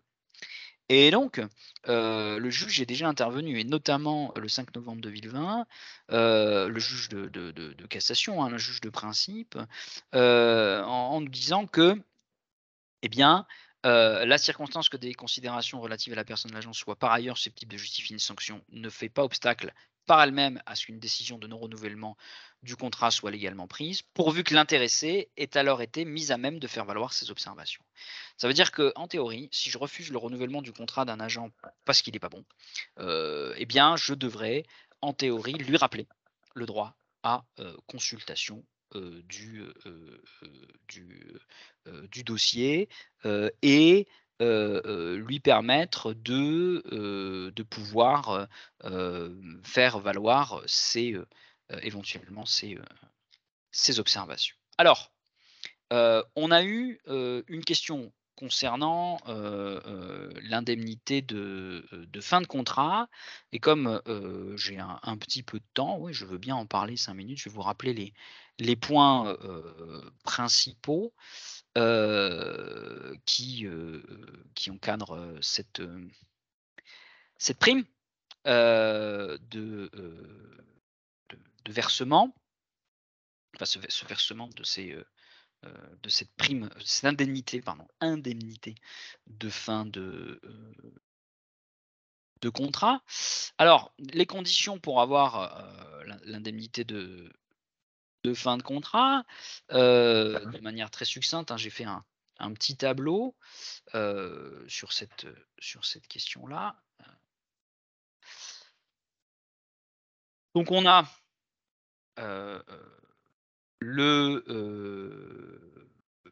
les motifs de recrutement. Donc, une des conditions, c'est les conditions du motif de recrutement. Il n'y a pas d'indemnité de fin de contrat pour le besoin saisonnier et le contrat de projet, je l'ai évoqué rapidement tout à l'heure. Dans tous les autres cas, il y a indemnité de fin de contrat. Il faut que le contrat, le cas échéant renouvelé, ait une durée qui soit inférieure ou égale à 1 an. Donc si c'est supérieur à 1 an, il n'y a pas de versement. Enfin, il faut que, à l'issue du contrat, il n'y ait pas de renouvellement. Il y ait que il n'y ait pas de renouvellement effectif, hein. L'agent peut refuser le renouvellement de CDD. Il peut refuser un nouveau CDD et ça lui donne droit à l'indemnité de fin de contrat. Il peut refuser un CDI à partir du moment où il y a une rémunération moindre. Et enfin, dernier point, il faut que sa rémunération ne dépasse pas 2 fois le SMIC applicable sur le territoire d'affectation. Donc ce sont les conditions pour obtenir le versement de cette indemnité de fin de contrat. Une question intéressante est celle de savoir, qu'en est-il lorsque j'ai une succession de contrats? C'est-à-dire que j'ai pas des contrats renouvelés, mais des contrats pour des motifs différents. Par exemple, j'ai un agent qui a un contrat pour un motif saisonnier de 4 mois et derrière, il a un recrutement, sur un motif de remplacement, pendant, 9 mois. 9 plus 4, c'est plus que 12. Ça fait que mon agent, il a plus d'1 an d'ancienneté. Pour autant, si au titre du contrat saisonnier, il n'a pas le droit à l'indemnité de fin de contrat, puisque c'est un contrat saisonnier, moi, l'interprétation que j'en ai, l'interprétation que j'en fais, c'est, que, on nous parle on fait bien la différence dans le texte, hein, entre le contrat renouvelé et les nouveaux contrats. Donc, à des établissements qui me disent: «Est-ce que je le verse?» Je dirais: «Oui, je verse pour le deuxième contrat, pas pour le premier, puisque c'est un besoin saisonnier, mais pour le deuxième, comme il a moins d'1 an, le contrat en tant que tel, et qu'il est sur un autre motif, c'est un nouveau contrat» et le texte me parle pas de durée d'emploi, il me parle de durée du contrat et c'est vrai qu'en interne, on a eu avec les consultants de l'équipe des débats et j'étais pas parti là-dessus au départ, hein, et je dois dire qu'ils m'ont fait changer d'avis, que oui, en relisant bien le texte, en rêvant, en cauchemardant. Je me suis dit: «Bah, en effet, on n'est pas sur, une situation de renouvellement. On est sur un nouveau motif et un nouveau contrat». Donc, j'aurais tendance à, dire que pour moi, ça permettrait de le verser. Alors, ouh là! Ouf, alors plusieurs questions que j'ai pas vues. Ouh là là, touc, touc, touc, touc, touc, comment faire lorsqu'on reçoit un casier judiciaire non vierge pour un agent que l'on a recruté avant de recevoir le casier judiciaire? Alors déjà, c'est pas une condition d'avoir un casier judiciaire vierge. La condition, c'est d'avoir un casier judiciaire compatible avec l'exercice des fonctions. Donc la première question, elle est là. Deuxièmement, lorsque vous, découvrez qu'un casier judiciaire est, émaillé d'éléments qui sont incompatibles avec l'exercice des fonctions, eh bien, vous avez plusieurs possibilités. Soit l'agent est toujours en période d'essai, bah, vous mettez fin à la période d'essai avec, comme motivation le casier judiciaire. Soit, bah, vous faites une sanction disciplinaire si d'aventure le casier judiciaire s'est étoffé ou, lorsque vous avez reçu les 3 ans, c'est à compter, hein, du moment où vous avez connaissance, du comportement fautif de l'agent. Un CDI peut-il demander une réduction de son préavis en cas de démission? Non, ce n'est pas possible. Maintenant, madame Haddadi, si un agent veut partir, comme je le disais tout à l'heure à madame Bienvenue, je pense que c'est un peu difficile de le garder. Mais en tout cas, s'il vient vous voir: «Je voudrais une réduction du préavis» ou alors là, vous lui dites non. Ce qui est totalement illégal aussi, c'est le préavis payé non effectué, qui peut se faire dans le privé, mais qui dans la fonction est impossible du fait de la règle du service, fait. Qu'est-ce qu'on entend par besoin saisonnier? Alors je vais faire un peu mon Lapalisse, hein, madame Pro. Un besoin saisonnier, c'est un besoin qui revient de manière saisonnière. Bon, trêve de plaisanterie pour être un petit peu plus précis. Je prends un exemple, hein, mes parents habitent dans les Alpes d'Haute-Provence, à Castellane. C'est une super petite, gros village, petite ville, qui est dans les gorges du Verdon. C'est un village où l'hiver, il y a 1500 âmes, et l'été, parfois 45 000. Pourquoi? Parce que les gens, ils viennent faire de la rando, ils viennent faire du kayak, ils viennent faire des activités d'eau vive et autres. Cette activité qui, soit dit en passant, a des effets hein, sur la faune et la flore du Verdon. Et d'ailleurs, on a fait une association, bon bref, sur la défense du Verdon. Spéciale dédicace à Hubert et des amis. Mais quoi qu'il en soit, cette augmentation fait que on pourrait tout à fait concevoir que le centre hospitalier de Digne-les-Bains, qui est le centre hospitalier le plus proche, voire même que l'EHPAD du coin, qui fait un petit peu hospitalier et autres, recrute pendant l'été, lié à cette saisonnalité de l'activité, des gens en plus pour faire face à l'afflux de la boboïte qui est lié aux activités de plein air. Donc là, on a un besoin saisonnier qui est lié à une saison qui revient chaque année. Un autre exemple, c'est les stations de ski. Je suis un établissement, je suis le centre hospitalier de Hauteville-Lompness, qui est près de Bourg-en-Bresse, dans les montagnes. C'est très joli, hein, et près des stations balnéaires. On peut tout à fait concevoir qu'il y ait une augmentation de l'activité de certains services du fait de la boboïte liée aux activités sportives d'hiver. Et donc là, on a un besoin qui est un besoin saisonnier. Voilà. Ce que vous appelez les contrats de juillet-août dans la fonction publique sont-ils des contrats saisonniers? C'est pas une question de mois, c'est pas une question d'absence, c'est une question de besoin. Vous pouvez essayer, hein, de dire que, ben, l'été, j'ai moins d'agents, et que je recrute, mais en fait le besoin est le même, hein, au sens, du besoin de la population. Donc, pour moi, ce n'est pas un besoin saisonnier parce qu'il n'est pas lié à une augmentation de l'activité, il est lié au pilotage, du personnel. Après, ça peut se débattre, hein, et je suis ouvert à la discussion. Ce serait un contentieux intéressant en cas de contentieux. Ce qui est sûr, hein, c'est que mettre saisonnier sur un contrat ne signifie pas réellement que c'est un contrat saisonnier. Et je sais qu'il y a des employeurs qui auraient l'idée de faire ça pour éviter de payer l'indemnité de fin de contrat. Quelle est la différence entre le renouvellement de contrat et le nouveau contrat? Alors, un renouvellement, c'est un contrat que je vais relancer sans modification substantielle. Donc, par exemple, j'ai recruté, retrouvons Paulette. Paulette qui a un congé, cette fois Paulette a un enfant, elle a un congé maternité, je recrute un agent pour remplacer Paulette, bien, c'est un motif de remplacement, motif remplacer Paulette. Paulette demande à son employeur le bénéfice d'un congé parental pour une période de 4 mois, puisque c'est de 2 à 6 mois. Et l'agent qui est recruté pour remplacer Paulette, je renouvelle le contrat arrivé à son terme pour le même motif, dans les mêmes conditions, remplacer Paulette sur le même poste et dans des conditions de rémunération équivalentes. C'est un renouvellement de contrat. Par contre, je remplace Paulette pendant son congé maternité. Paulette revient et là, pour le coup, j'ai un poste vacant. Bah là, c'est pas un nouveau contrat, c'est pas un renouvellement de contrat, pardon, c'est un nouveau contrat sur un autre motif, dans des conditions qui peuvent être, différentes. Donc le renouvellement, c'est le même contrat ou quasi le même, sur le même motif que je relance pour une nouvelle période. Le nouveau contrat, c'est un contrat dans des conditions, sur un poste ou sur un motif différent. J'espère avoir été assez clair. Si l'agent a 3 contrats dans l'année, allez, là, je vais vous demander, s'il vous plaît, Esther, de couper la vidéo, l'enregistrement, parce que là, on est sur ce qu'on appelle un petit peu plus du conseil, et ça m'embête un peu que vous enregistriez ça. Bien sûr, je cherche, je cherche. Donc si l'agent a 3 contrats dans l'année avec 2 interruptions de 5 jours, a-t-il droit chaque fois à l'indemnité